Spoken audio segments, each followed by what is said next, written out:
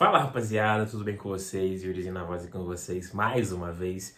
E rapaziada, vamos para o nosso penúltimo vídeo do ano, que é uma resenha que no caso tinha que ser, né?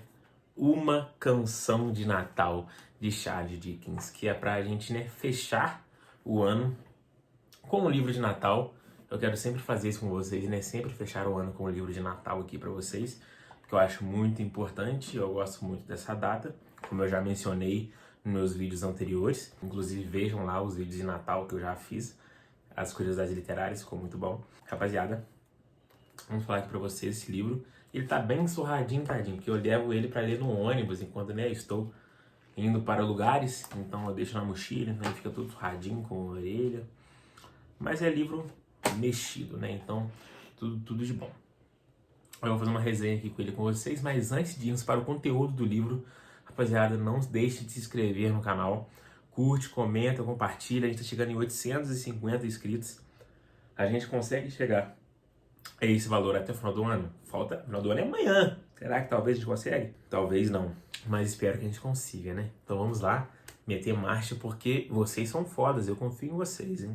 Então, vamos lá direto pro vídeo. Eu peguei aqui uma colinha, eu coloquei alguns pontos aqui que eu acho interessante a gente comentar aqui no vídeo, né? Pra trazer aqui pra vocês, porque é bem legal. Então, esse livro aqui, do Charles Dickens, ele é um grande conto mesmo, assim, de Natal. Ele é um livro curtinho, ele tem 131 páginas, então você consegue ler ele numa batida. Né? Se você conseguir pegar ali para ler num dia, você consegue ler ele num dia inteiro. Você senta ali com umas 2, 3 horas ali, você consegue ler ele tranquilamente. Então é muito bom, só que eu gosto de ler pausadamente e refletindo, né, os contos e refletindo assim os capítulos que é apresentado pra gente ao longo da história. E esse livro aqui, como eu falei, né, ele é bem curtinho e os capítulos também. A média dos capítulos ali tem média de 20 páginas, por aí. E ele é dividido em estrofe, né? Eu falo capítulos, mas ele é, pelo menos nessa edição, né? Que é da Penguin. Penguin e Companhia. Penguin, né? Não sei como é que pronuncia. E é dividido em estrofe. Então, temos a primeira estrofe, a segunda estrofe, a terceira estrofe, a quarta e a quinta. Beleza? E a primeira estrofe né, inicia-se com o fantasma de Marley e vai indo seguir, né? Porque como eu falei que se inicia com o fantasma de Marley? Porque o livro, ele tem a seguinte história. Temos o nosso querido Ebenezer Scrooge, que ele é um homem muito ranzinza, ele é muito de mal com a vida, né? De mal com o Natal, de mal com esse espírito natalino. Então ele é um homem muito fechado, ele não gosta de brincadeira, não gosta de nada com nada, é aquele cara turrão. É simplesmente um cara turrão que chega no Natal, não liga pra nada. Uma certa vez, né, ele estava lá na sua casa e tal, ele recebe a visita do Marley. Porque quem que é o Marley? O Marley, ele era um antigo sócio dele que já tinha falecido há uns 7 anos, se eu não me lembro. Aí o Marley foi lá e visitou ele, né? E chegou lá, o fantasma do Marley falou assim que mais 3 fantasmas iam visitar ele, né, durante aquele tempo, que é o fantasma do Natal passado, o fantasma do Natal presente e o fantasma do Natal futuro.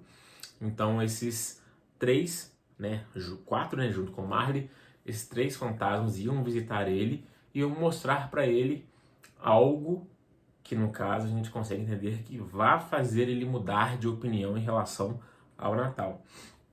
Então é legal a gente ver essa historinha, essa jornada, né, do nosso querido Ebenezer Scrooge para poder entender esse espírito natalino que a gente consegue entender quando Charles Dickens coloca, né, a presença dos fantasmas dos natais passado, presente e futuro, né? Então o livro é dividido em estrofes. Então a primeira estrofe é o fantasma do Marley, a segunda, Natal passado, terceira, Natal presente, quarta, Natal futuro, e a quinta é o fechamento ali da história, é o fechamento ali, né, o final do enredo, pra gente conseguir concluir a história de uma maneira muito boa.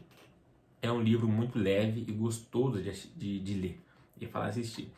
porque a gente consegue tirar várias lições em relação a isso, de acordo com, né, a visita dos fantasmas e mostrando como o Scrooge ele lidava com as coisas, ele lidava com esses sentimentos e o fim derradeiro que ele teria caso ele não conseguisse mudar a chavinha. Então, quando a gente está lá na quarta estrofe, né, que é o Natal Futuro, e a gente vê lá os homens conversando, que um rapaz, né, um velho lá tinha morrido na cidade, que é de Londres, se não me engano, que, né, tipo, não tinha amigo, ninguém ia no velório dele, ele era um cara muito fechado, ninguém ligava para a morte dele, e no final descobre que é ele quem tinha morrido.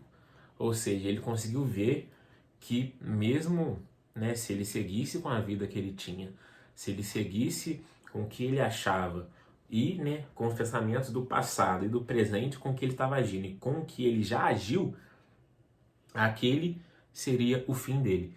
Então é muito interessante a gente ver quando ele vai mudando de feição ao longo dos fantasmas, e quando chega nessa parte que ele vê que aquele velho que morreu era ele, a gente já consegue ver a mudança no personagem em relação a esse espírito natalino, em relação a essa mudança como pessoa, em relação a como que ele consegue lidar com aquilo daqui para frente. Então, por isso que eu separei aqui na minha colinha 4 tópicos que eu acho interessantíssimos, né, que são pontos importantes. O primeiro ponto é solidariedade e empatia. No caso, quando o Scrooge estava indo, né, com os fantasmas, visitando o passado, indo no presente, nas casas ali, né, dos seus funcionários, das pessoas que trabalhavam com ele, ou das pessoas que ele atendia, ele começou a entender esse sentimento de empatia, ele começou a entender a parte da solidariedade, principalmente com o Bob Cratchit, por exemplo, né, que era lá um funcionário dele, e ele conseguiu, né, ir com os fantasmas na casa do Bob Cratchit e conseguiu entender como que o Bob Cratchit vivia, como que ele passava as coisas, como que tudo aquilo acontecia em relação à vida pessoal dele e à vida do trabalho profissional. O que uma coisa impacta a outra, não tem como fugir disso. Então ele consegue entender e ele conseguiu se colocar no lugar do outro para poder entender, né, como que sucedia a vida das pessoas. A gente tem que entender que não é só a gente também que está no mundo, não é só a gente que tem problemas, as outras pessoas têm problemas também. Então, se você tem uma oportunidade, se você tem, como eu posso dizer, uma chance ali de conseguir mudar um dia de alguém, se conseguir mudar um dia, a vida, não sei, a semana de alguém em relação ao trabalho, por mais simples que for essa diferença, faça, porque isso vai impactar muito a vida das pessoas, né, ao nosso redor, e as pessoas que a gente não conhece também, às vezes a gente encontra esporadicamente na nossa vida. Então, o Scrooge, ele colocou isso em questão e ele conseguiu entender essa parte, não à toa que na última estrofe a gente consegue... Tem um mosquito, gente. Olha, passou em frente à cama, não sei se vocês viram. A gente consegue entender na última estrofe o motivo disso, né? E como que ele fez em relação a isso, né? Muito legal. No caso, o espírito natalino, que quando o Scrooge ele entendeu, né, tudo que ele tinha passado em relação a todas essas viagens com o espírito natalino ele se incorporou, né, nele. Então ele consegue entender por que as pessoas comemoram, por que o Natal é um tempo de alegria, de família, é um tempo de quando as coisas se acalmam, né? Porque, querendo ou não, o ponto principal que esse livro quer tocar é na generosidade, compartilhar o amor, compartilhar a paixão com os outros, que não deixa de ser uma coisa que move o mundo, né? Disseminar amor, disseminar a paixão e a compaixão, generosidade, felicidade, alegria. É uma coisa que o Natal, historicamente, ele tem sentimento e é passado pra gente, né? No quesito de tudo que a gente vê nesse mês de dezembro, por exemplo. O outro ponto é responsabilidade social, que, né, coloca um pouco ele também com a parte da solidariedade, porque a gente, como eu falei anteriormente, a gente consegue ter impacto na vida das pessoas. Então, quando a gente está na comunidade dele lá, por exemplo, né? Ou a gente está na nossa comunidade, e a gente vê que existe pessoas mais necessitadas que a gente, que às vezes precisa de algo simples que a gente tem, abundante, mas aquela pessoa não tem, às vezes a gente tem condição de fornecer aquilo para aquela pessoa. Não é uma coisa que vai faltar para a gente, é uma coisa que a gente tem em excesso, uma coisa que a gente não se importa de abdicar daquilo um pouquinho para dar para uma pessoa que nunca teve ou que não tem nada. Então essa responsabilidade social que o Scrooge teve, principalmente também na quinta estrofe, a gente consegue entender que ele percebeu isso ao longo da sua viagem, é completamente interessante. O outro ponto é o valor das relações humanas. Essa parte é sensacional. O valor das relações humanas, porque quando a gente consegue compreender e quando a gente consegue ver que o Scrooge compreendeu que isso era muito importante, ele ter um bom relacionamento com as pessoas, principalmente que estão à sua volta, com seus familiares, com seus amigos, com seus colegas de trabalho, tudo fluía bem melhor. Ou seja, quando a gente tem, né, esse valor, quando a gente tem esse entendimento, as coisas funcionam muito mais do que a gente imaginava, né? E o Scrooge também percebeu isso completamente.